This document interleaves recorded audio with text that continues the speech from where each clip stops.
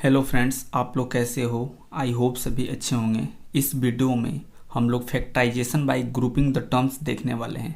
पिछले वीडियो में हम लोग जितने भी क्वेश्चंस किए थे उनमें डायरेक्टली कॉमन निकल जा रहा था, लेकिन बहुत बार डायरेक्टली कॉमन नहीं निकलेगा तो आपको टर्म्स का ग्रुपिंग करके फैक्टराइजेशन करना होगा।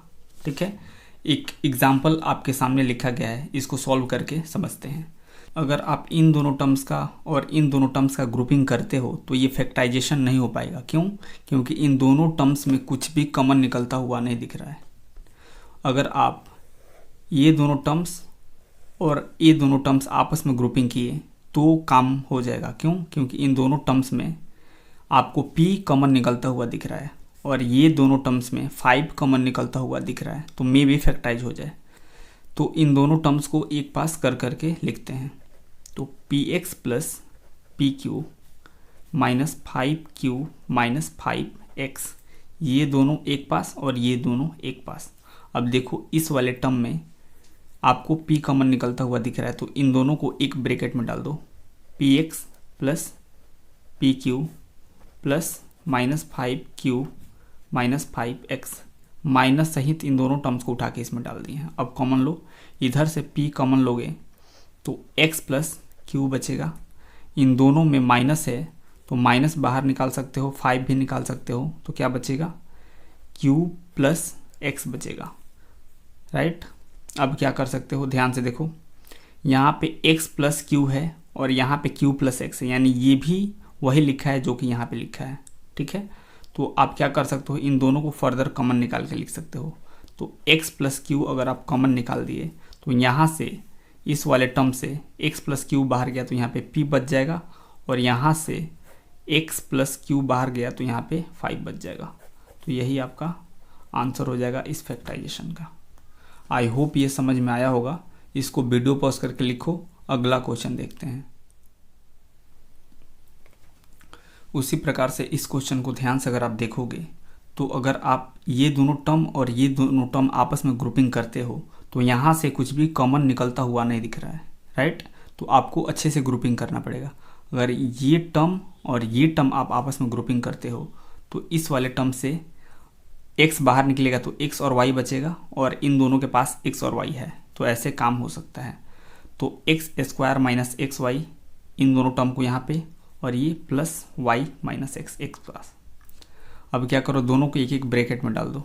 तो X square minus X Y plus Y minus X, तो यहाँ से बाहर x निकालोगे तो क्या बचेगा?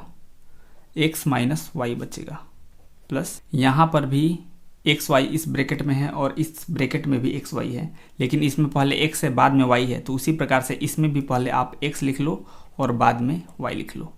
अब ध्यान से सुनो, यहाँ पे x प्लस में है और y माइनस में है, लेकिन यहाँ पे x माइनस में है और y प्लस में है, तो यहाँ से आपको माइनस कॉमन लेना होगा, तब जाके जैसा ये ब्रैकेट है वैसा ये वाला ब्रैकेट भी बन पाएगा। तो माइनस कॉमन इसमें से लेंगे, इसमें से माइनस कॉमन लोगे तो माइनस बाहर आएगा, माइनस और ये वाला प्लस मिलके माइनस बना देगा, तो यहाँ पर भी x माइनस वाई हो जाएगा, और यहाँ पे आप 1 लिख सकते हो। अब क्या करो, यहाँ पे भी x माइनस वाई है और यहाँ पे भी x माइनस वाई है, तो x माइनस वाई बाहर चला जाएगा।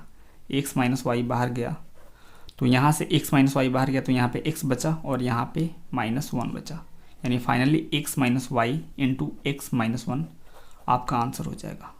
ठीक है, आई होप ये बिल्कुल समझ में आया होगा। इसको वीडियो पॉज करके लिखो, अगला क्वेश्चन देखते हैं। इस क्वेश्चन को भी बिल्कुल ध्यान से देखो। अगर ये दोनों टर्म और ये दोनों टर्म आप एक साथ रखते हो तो यहाँ से कुछ भी कॉमन निकलता हुआ नहीं दिख रहा है, तो ये ग्रुपिंग सही नहीं है। अगर आप ये दोनों टर्म और ये दोनों टर्म एक साथ रखते हो तो इससे फ़ायदा देखो क्या होगा।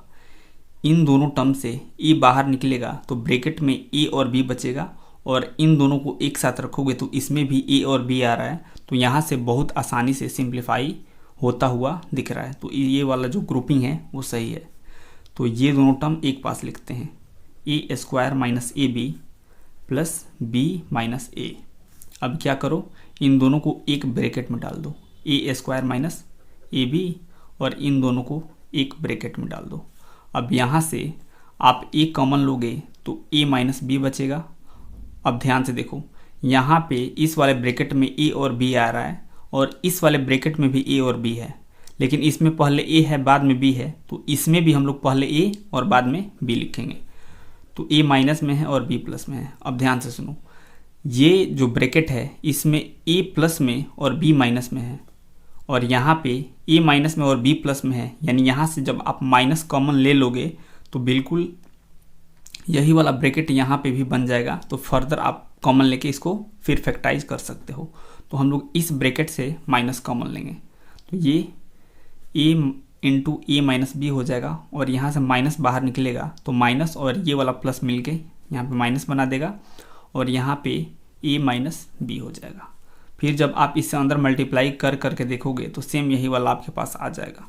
अब देखो, ये वाला टर्म और ये वाला टर्म, यहाँ पे भी ए माइनस बी है और यहाँ पे भी ए माइनस बी है, तो आप ए माइनस बी कॉमन ले सकते हो। तो यहाँ से ए माइनस बी बाहर चला जाएगा तो यहाँ पे ए बचेगा, और यहाँ से ए माइनस बी बाहर चला जाएगा तो यहाँ पे 1 बचेगा। यानी आपके फैक्टराइजेशन का जो आंसर होगा वह ए minus B into A minus 1 होगा। ठीक है, आई होप बिल्कुल अच्छे से समझ में आया होगा। इसको वीडियो पॉज करके लिखो। अगला क्वेश्चन देखते हैं। अब इस क्वेश्चन को कैसे फैक्टराइज करोगे, बिल्कुल ध्यान से सुनो। ये ब्रैकेट में जब तक है तब तक तो ये फैक्टराइज नहीं हो पाएगा, क्योंकि आप कुछ भी कॉमन नहीं निकाल सकते हो। तो आपको क्या करना होगा, इस ए से इस ब्रैकेट के हर एक एलिमेंट को मल्टीप्लाई करके पहले बाहर निकालना होगा, फिर आप ग्रुपिंग करके कॉमन लोगे, तब जाके ये फैक्टराइज होगा। तो क्या करेंगे, पहले इस ए से इसके हर एक एलिमेंट में मल्टीप्लाई करके बाहर निकालेंगे। तो इस ए से इसमें मल्टीप्लाई होगा तो ए स्क्वायर, प्लस ए से बी में होगा तो ए बी माइनस ए सी, और ये वाला माइनस बी सी। अब ध्यान से देखो, अगर इन दोनों का आप ग्रुपिंग किए तो ए कॉमन निकल जाएगा तो ए और बी इसमें बचेगा, और इन दोनों का आप ग्रुपिंग किए तो सी बाहर निकल जाएगा, और इस वाले ब्रैकेट में भी ए और बी बचेगा। तो फैक्टराइज होने का बहुत ज़्यादा चांसेस है। तो इन दोनों को एक एक साथ करके कॉमन लेना शुरू करते हैं। तो इन दोनों को एक साथ रखो, ए स्क्वायर प्लस ए बी, और प्लस इन सबको माइनस सहित ब्रैकेट में डाल दो, माइनस ए सी माइनस बी सी। अब यहाँ से एक कॉमन ले लोगे तो ए प्लस बी बचेगा। यहाँ से माइनस भी कॉमन आ रहा है तो माइनस कॉमन निकाल लोगे तो माइनस प्लस माइनस हो जाएगा, और सी भी कॉमन निकलता हुआ दिख रहा है तो ए प्लस बी बच जाएगा। तो यहाँ पे भी ए प्लस बी और यहाँ पे भी ए प्लस बी, तो ए प्लस बी अब फिर आप कॉमन ले सकते हो। तो ए प्लस बी कॉमन ले लोगे तो यहाँ पे ए बच जाएगा और यहाँ पे सी बच जाएगा। यानी इस फैक्टराइजेशन का answer A plus B into A minus C होगा। ठीक है, आई होप ये बिल्कुल अच्छे से समझ में आया होगा। इसको वीडियो पॉज करके लिखो। अब इस क्वेश्चन को एक बार ट्राई करते हैं, बिल्कुल ध्यान से सुनो। ये जो 3a माइनस 1 का होल स्क्वायर लिखा गया है, इसको पहले डिस्टर्ब मत करो। ये जो बाहर टर्म है इसको देखो, कॉमन लेने से ये जो ब्रैकेट में टर्म है उस टाइप से यहाँ पे बन रहा है कि नहीं। अगर नहीं बनेगा तब इसको a माइनस बी के होल स्क्वायर पे हम लोग ओपन करेंगे और फिर ग्रुपिंग करके इसको फर्दर कॉमन लेके फैक्टराइज करना शुरू करेंगे। लेकिन ध्यान से अगर आप देखो तो यहाँ से जब आप इन दोनों टर्म्स का ग्रुपिंग करोगे तो 2 कॉमन निकलेगा, तो यहाँ पे भी 3a और 1 बचेगा। तो आप देख सकते हो यहीं से आपका काम हो जा रहा है, तो इसको ओपन करने का कोई ज़रूरत नहीं है। ठीक है, तो लिखते हैं इसको 3a माइनस 1 का होल स्क्वायर हो जाएगा। ठीक है, और यहाँ से आप अगर 2 कॉमन लो तो क्या बचेगा, माइनस 3a प्लस 1 बचेगा। ठीक है, अब ध्यान से देखो, यहाँ पे 3a प्लस में है और 1 माइनस में है, लेकिन यहाँ पे उसका जस्ट उल्टा है, 3a माइनस में है और 1 प्लस में है। यानी यहाँ से आपको माइनस भी कॉमन लेना होगा, तब इस ब्रैकेट जैसा ये वाला ब्रैकेट भी दिखेगा। तो करते हैं वही काम, 3a माइनस 1 का होल स्क्वायर, माइनस कॉमन लोगे तो माइनस प्लस माइनस हो जाएगा, 2 इंटू 3a माइनस 1 हो जाएगा। अब यहाँ पे 3a माइनस 1 का होल स्क्वायर है, मतलब इसको आप 3a minus 1 into 3a minus 1 लिख सकते हो, और माइनस 2 इंटू 3a माइनस 1 हो जाएगा। अब माइनस के लेफ्ट साइड 3a माइनस 1 है और राइट साइड भी 3a माइनस 1 है, यानी 3a-1 आप कॉमन ले सकते हो। तो यहाँ से ये एक एक 3a-1 वाला ब्रैकेट बाहर गया, तो यहाँ पे 3a-1 बचा और ये -2 बचा। इसको फर्दर सिंप्लीफाई करोगे तो 3a-1 और ये क्या हो जाएगा 3a, और ये दोनों आपस में कंबाइंड होगा तो -3 बन जाएगा। और फिर यहाँ से आप 3 कॉमन ले सकते हो, क्योंकि 3 आपको कॉमन निकलता हुआ दिख रहा है। तो कॉमन निकाल दोगे तो 3 × 3a-1 × a-1 आपके पास फाइनल फैक्टराइजेशन का आंसर आ जाएगा। आई होप ये बिल्कुल अच्छे से समझ में आया होगा। इसको वीडियो पॉज करके नोट डाउन करो। अगला क्वेश्चन देखते हैं। अब इस क्वेश्चन को सॉल्व करके देखते हैं। अगर इस ब्रैकेट को कुछ देर के लिए डिस्टर्ब न किया जाए और ये दोनों टर्म का भी पेयरिंग कर लिया जाए, तो आप देख सकते हो कि यहाँ से कुछ भी कॉमन निकलता हुआ नहीं दिख रहा है। यानी इस x से आपको अंदर इसमें मल्टीप्लाई करके बाहर निकालना होगा पूरे एलिमेंट्स को, और फिर पेयरिंग करके कॉमन निकाल के फैक्टराइज करना होगा, राइट। तो इस x से इसमें मल्टीप्लाई करके पहले बाहर निकालते हैं। तो ये x² - xA - xB + AB हो जाएगा। अगर आप इन दोनों को और इन दोनों को एक साथ रखें तो देखो क्या होगा। यहाँ से x बाहर निकल जाएगा तो x - a बचेगा, और यहाँ से दोनों में आपको b कॉमन दिख रहा होगा तो b बाहर निकाल दोगे तो यहाँ पे भी x और a ब्रैकेट में बचेगा। तो ये बिल्कुल सही हम लोग जा रहे हैं। तो इन दोनों को एक साथ रखते हैं। x² - xA आप प्लस अपने पास से लिखो, और इन दोनों को पूरा साइन के सहित उठा के ब्रैकेट में डाल दो -xB + AB। तो यहाँ से x कॉमन लोगे तो x - a बचेगा, और यहाँ से b दिख रहा है यानी b कॉमन निकाल दो तो b बाहर आ गया। तो क्या बचा -x + a बचा।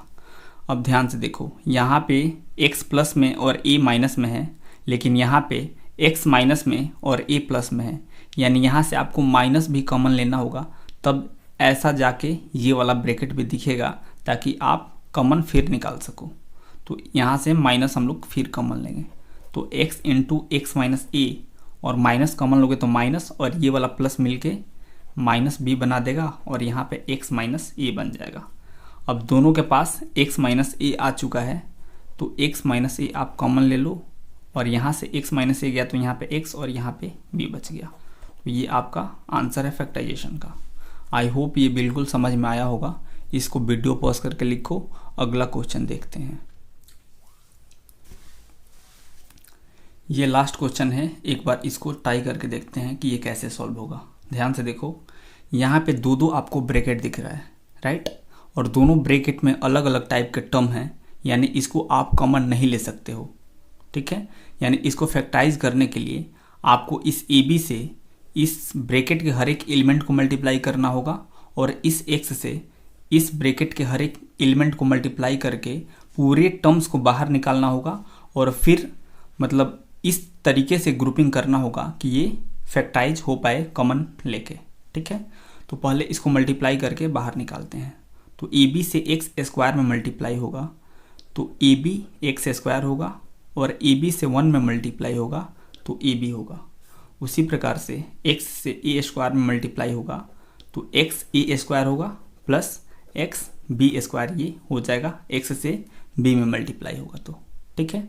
अब ध्यान से सुनो, आप इन दोनों का ग्रुपिंग करोगे तो फिर से यहीं पे पहुंच जाओगे जहां से आप इसको लाए हो, क्योंकि इसी को आप मल्टीप्लाई करके ये सब लाए हो। यानी सबसे बेटर रहेगा आप इन दोनों का और इन दोनों का ग्रुपिंग करो, फिर काम हो जाएगा। तो क्या हो जाएगा, ये AB x² प्लस ये xa² प्लस ये AB प्लस xb² हो गया। अब यहाँ पे अगर आप ध्यान से देखो तो यहाँ से x और a आपको कॉमन निकलता हुआ दिख रहा है, a भी कॉमन निकलता हुआ दिख रहा है और x भी निकल रहा है। तो यहाँ से a और x बाहर निकल जाएगा तो bx बचेगा, प्लस x और a यहाँ से निकलेगा तो यहाँ पे केवल a बचेगा। उसी प्रकार से यहाँ से b आपको बाहर निकलता हुआ दिख रहा है तो यहाँ पे a और यहाँ पे xb बचेगा, ठीक है। अब देखो यहाँ पे भी bx प्लस a है और यहाँ पे भी है वही सेम टर्म, तो इसको एक बार और अच्छे से लिखते हैं, bx plus a plus b into bx plus A, आप इसको भी लिख सकते हो। अब दोनों में सेम टाइप के टर्म दिखने लगे तो आप इसको फर्दर कॉमन ले सकते हो। तो bx प्लस ए कॉमन लोगे तो यहाँ से bx प्लस ए बाहर जाएगा तो यहाँ पे ax बचेगा, और यहाँ से bx प्लस ए बाहर जाएगा तो यहाँ पे b बचेगा। यानी फाइनली जो आपके पास एक्सप्रेशन दिया था उसको आप मल्टीप्लिकेशन के फॉर्मेट में एक्सप्रेस कर दिए हो, तो ये आपका फैक्टराइजेशन का आंसर होगा। ठीक है, तो आई होप पूरा जो वीडियो है बिल्कुल अच्छे से क्रिस्टल क्लियर होगा। अगर किसी भी पॉइंट पे कोई भी प्रॉब्लम हुआ हो तो उस पॉइंट पे दोबारा लेक्चर को अच्छे से सुनो, डेफिनेटली क्लियर हो जाएगा। अगर फिर भी किसी बच्चे को डाउट रह जाता है तो कमेंट सेक्शन में बताओ, हम उसको और अच्छे से एक्सप्लेन करेंगे। राइट, ओके, दिन मिलते हैं नेक्स्ट नए वीडियो में। तब तक के लिए have a good day, take care, bye.